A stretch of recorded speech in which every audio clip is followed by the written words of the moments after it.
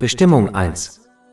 In einem Hadith in Sahih Muslim Nummer 6748 weist der heilige Prophet Muhammad, Friede und Segen seien auf ihm, darauf hin, dass Allah, der Erhabene, allen Geschöpfen über 50.000 Jahre vor der Erschaffung von Himmel und Erde alle Dinge, wie beispielsweise Versorgung, zuteilte. Es ist wichtig zu verstehen, dass es in Bezug auf alle Situationen, wie beispielsweise die Versorgung, zwei Aspekte gibt. Der erste Aspekt ist das, was Allah, der Erhabene, bestimmt hat, nämlich das Schicksal. Dies wird geschehen und nichts in der Schöpfung kann dies verhindern. Da dies nicht in der Hand eines Menschen liegt, macht es keinen Sinn, sich über diesen Aspekt Gedanken zu machen, da er keinen Einfluss auf das Schicksal hat, unabhängig davon, was er oder jemand anderes tut. Darüber hinaus umfasst diese Versorgung das Minimum, das ein Mensch zum Überleben in dieser Welt benötigt.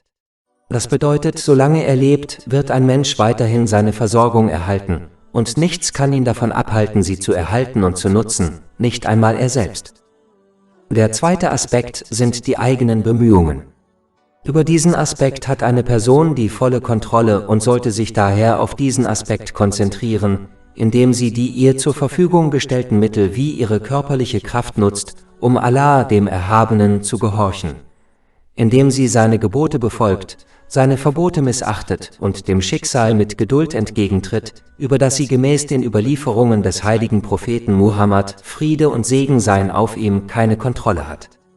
Dies beinhaltet das Streben nach rechtmäßiger Versorgung, um die eigenen Bedürfnisse und die Bedürfnisse derer, die von ihnen abhängig sind, zu erfüllen und gleichzeitig das unrechtmäßige Übermaß, Verschwendung und Extravaganz zu vermeiden. Abschließend sei gesagt, dass ein Muslim niemals Zeit damit verschwenden sollte, sich über Dinge aufzuregen, über die er keine Kontrolle oder keinen Einfluss hat. Stattdessen sollte er die ihm zur Verfügung stehenden Mittel nutzen und gemäß den Lehren des Islam nach den Dingen handeln, über die er Kontrolle hat. Ein Muslim muss es vermeiden, eine extreme Mentalität anzunehmen, indem er entweder faul ist und sich darauf verlässt, dass das Schicksal ihm seinen Lebensunterhalt beschert, oder er sollte sich nicht vollständig auf seine eigenen Bemühungen verlassen. Der Ausgleich besteht darin, nach den Lehren des Islam danach zu streben, rechtmäßigen Reichtum zu erwerben und sich auf die Garantie Allahs, des Erhabenen, zu verlassen, da dieses Vertrauen Ungeduld und das Streben nach Reichtum durch unrechtmäßige Mittel verhindert. Dies ist, was Allah, der Erhabene, befohlen hat. Bestimmung 2. In einem Hadith in Sahih Bukhari Nummer 2072 wies der heilige Prophet Muhammad, Friede und Segen seien auf ihm, darauf hin, dass niemand etwas Besseres gegessen habe als das, was er sich selbst verdient habe. Es ist wichtig, dass Muslime Faulheit nicht mit Vertrauen in Allah, den Erhabenen, verwechseln.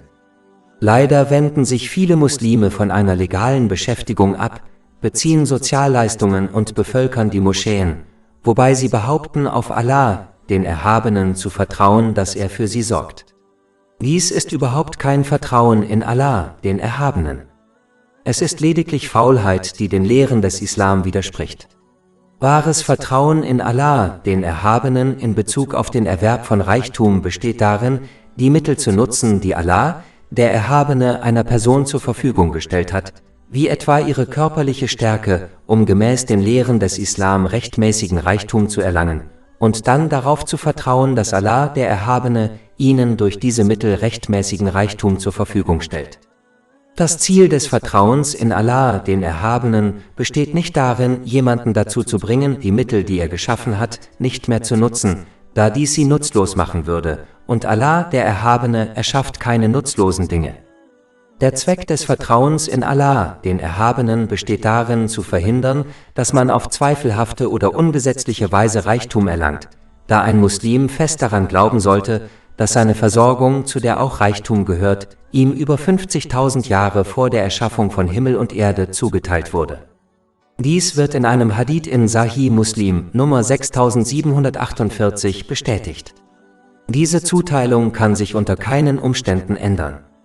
Die Pflicht eines Muslims besteht darin, danach zu streben, dies auf rechtmäßige Weise zu erlangen, was der Tradition der heiligen Propheten, Friede sei mit ihnen, entspricht. Dies wird in einem Hadith in Sahih Bukhari Nummer 2072 angedeutet. Die von Allah, dem Erhabenen, bereitgestellten Mittel zu nutzen, ist ein Aspekt des Vertrauens in Allah, den Erhabenen, da er sie genau zu diesem Zweck geschaffen hat. Ein Muslim sollte daher nicht faul sein, während er behauptet, auf Allah, den Erhabenen, zu vertrauen, indem er Sozialleistungen in Anspruch nimmt, wenn er die Mittel hat, durch seine eigenen Bemühungen und die von Allah, dem Erhabenen, geschaffenen und bereitgestellten Mittel rechtmäßigen Reichtum zu erwerben. Schließlich ermutigt das Verstehen und Handeln nach den wichtigsten Hadithen einen auch dazu, unabhängig davon zu werden, sich auf die Versorgung durch andere zu verlassen, wie etwa die Regierung oder Verwandte. Stattdessen sollte man die Mittel, die einem von Allah, dem Erhabenen, gemäß den Lehren des Islam zur Verfügung gestellt wurden, nutzen und dabei fest daran glauben, dass die einem zugeteilte rechtmäßige Versorgung einen erreichen wird. Dadurch wird sichergestellt, dass man allein auf Allah, den Erhabenen, vertraut. Bestimmung 3. Allah, der Erhabene, ist der Schöpfer und Versorger der gesamten Schöpfung mit den Dingen, die sie braucht, um ihre körperliche und geistige Verfassung zu bewahren. Laut einem Hadith in Sahih Muslim, Nummer 6748, wurde die Versorgung der gesamten Schöpfung über 50.000 Jahre vor der Erschaffung von Himmel und Erde sichergestellt. Wer diesen göttlichen Namen versteht, wird sich darauf verlassen, dass Allah, der Erhabene, für sie sorgt, wie er es für sie geplant hat, bevor sie erschaffen wurden. Sie werden dieses Vertrauen beweisen, indem sie danach streben, die rechtmäßige Versorgung zu erlangen, wie es Allah, der Erhabene, befohlen hat, und dabei alles unterlassen, was ungesetzlich und zweifelhaft ist. Es ist wichtig zu beachten, dass die Menschen physische Versorgung in Form von Essen und Trinken benötigen. Ebenso benötigt die Seele eines Muslims Versorgung. Diese Versorgung stärkt sie und führt sie zu ewiger Glückseligkeit. Diese Versorgung besteht in aufrichtigem Gehorsam gegenüber Allah, dem Erhabenen, was das Befolgen seiner Gebote, das Vermeiden seiner Verbote und das geduldige Erwarten des Schicksals beinhaltet. Die Grundlage all dessen ist der Erwerb und das Handeln nach islamischem Wissen. Daher sollten Muslime danach streben, diese wichtige Versorgung der Seele sowie Versorgung für ihren physischen Körper zu erlangen. In dieser Hinsicht sollten zwei Elemente beachtet werden. Unternehmen Sie keine unrechtmäßigen und unnötigen Anstrengungen, um Ihre garantierte Versorgung zu erlangen. Und missbrauchen oder verschwenden Sie die Versorgung, die Sie erlangen, nicht. Ein Muslim sollte in diesem göttlichen Namen handeln, indem er seine Pflicht erfüllt und für seine Angehörigen gemäß den Lehren des Islam sorgt.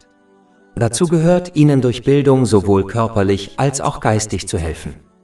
Ein Muslim sollte das Gleiche auch für die Bedürftigen tun, je nach seinen Möglichkeiten, ohne selbst Armut zu befürchten. Der sollte sich an den Hadith in Sunan Abu Dawud Nummer 4893 erinnern, der besagt, dass Allah, der Erhabene, die Bedürfnisse des Muslims erfüllen wird, der sich um die Bedürfnisse anderer kümmert. Bestimmung 4.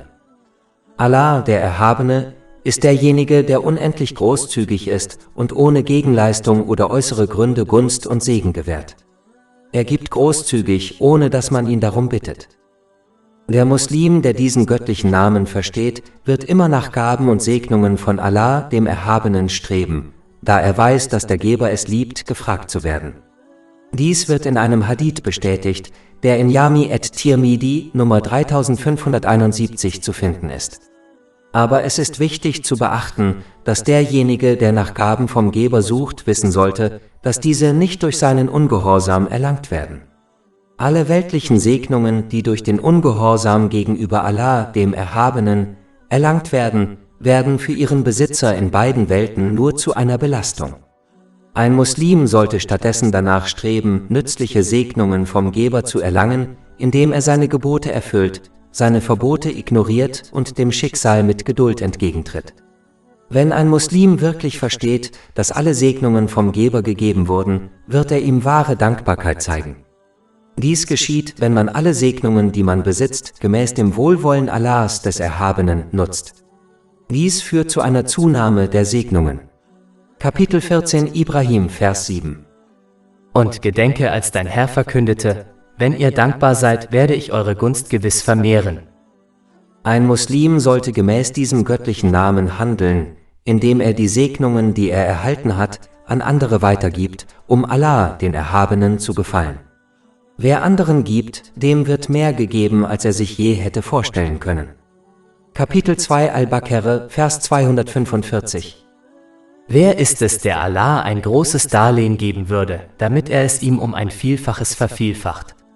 Und Allah ist es, der Überfluss vorenthält und gewährt, und zu ihm werdet ihr zurückgebracht. Rückstellung 5. Mir ist ein Gedanke gekommen, den ich gerne mit Ihnen teilen möchte. Die Leute beschweren sich oft darüber, dass sie geistig und körperlich erschöpft sind, wenn es darum geht, ihren rechtmäßigen Unterhalt zu verdienen, um ihre Bedürfnisse und Pflichten zu erfüllen, wie zum Beispiel für ihre Angehörigen zu sorgen. Es ist wichtig zu verstehen, dass, solange ein Mensch in dieser Welt lebt, seine Versorgung, also die Dinge, die er zum Überleben in dieser Welt braucht, von Allah, dem Erhabenen, garantiert wird. Tatsächlich hat er die Versorgung für die Schöpfung über 50.000 Jahre vor der Erschaffung von Himmel und Erde zugeteilt. Dies wird in einem Hadith bestätigt, der in Sahih Muslim Nummer 6748 zu finden ist. Kapitel 11 hat Vers 6. Und es gibt kein Geschöpf auf der Erde, dessen Versorgung nicht Allah obliegt. Und er kennt den Wohnort und den Aufbewahrungsort. Alles steht in einem klaren Verzeichnis. Ein Aspekt dieser Zuteilung umfasst die geistige und körperliche Energie, die zum Erhalt des eigenen Lebensunterhalts erforderlich ist. Wichtig ist jedoch, dass der garantierte Lebensunterhalt nur das zum Überleben in dieser Welt erforderliche Minimum darstellt. Es gibt keine Garantie dafür, dass eine Person mehr als dieses Minimum erhält, auch wenn die meisten Menschen mehr erhalten.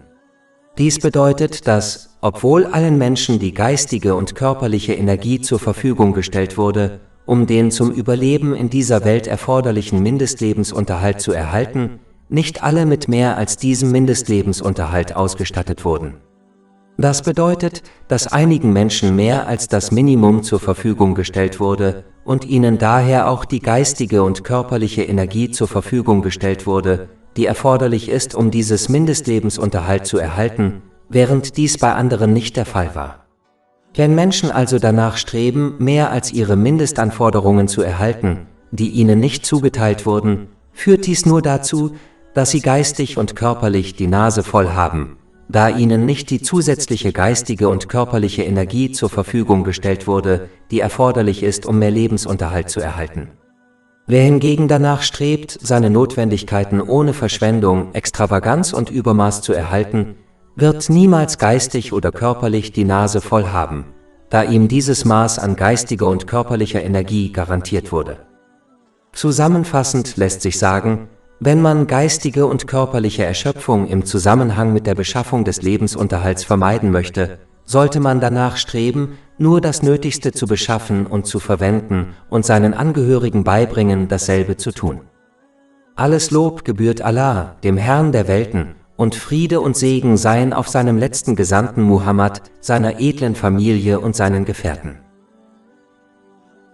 Oltre 400 e-book, audiolibri, infografische podcast e-blog gratuiti disponibili sul nostro sito web www.shakepot.com